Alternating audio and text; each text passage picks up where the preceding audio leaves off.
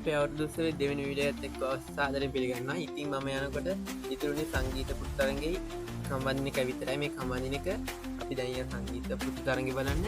ඒ වගේම මේ ඉන්න කොටා. ඉතින් මේ විදිහට තමයි ලස්සනට මේක ඕගනයිස් කරලා දීපා අපේ මේ අයියලා ටික. යාළුවා ආදරෙන් මතක් කරන්න ඕනේ. මේ කොටා. ඉතින් මේ තමයි සංගීත පුස්තරංගේ තිබුණේ. ඉතින් ඒත් එක්කම අපි අද රෑ මියුසිකල් වීඩියෝ එක ඉස්සරහට තියෙනවා. ඒකත් බලන්න. ඉතින් මේ අපි ස්ටේජ් එක ක්වොලිටි එකකට තියෙන මේ සෙට් එක නම වශයෙන් කියන්න ඕනේ දන්නවා. මෙන්න මේ ග්‍රවුන්ඩ් එකේ තමයි අද රෑ බීච් එක තියෙන්නේ.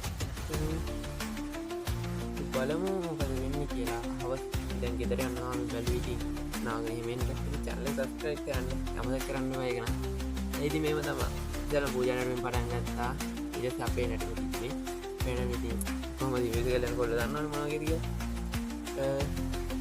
මේ විදිහට තමයි ගියේ.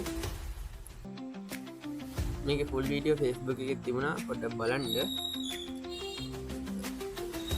ඉතින් වීඩියෝ එකේදී එක සද්ද ඇයි කියන්නේ මම පාර අයින් තමයි මේක මේ රෙකෝඩ් කරන්නේ. ඒකයි එහෙම උනේ. ඉතින් channel එක subscribe කරන්න. bye bye.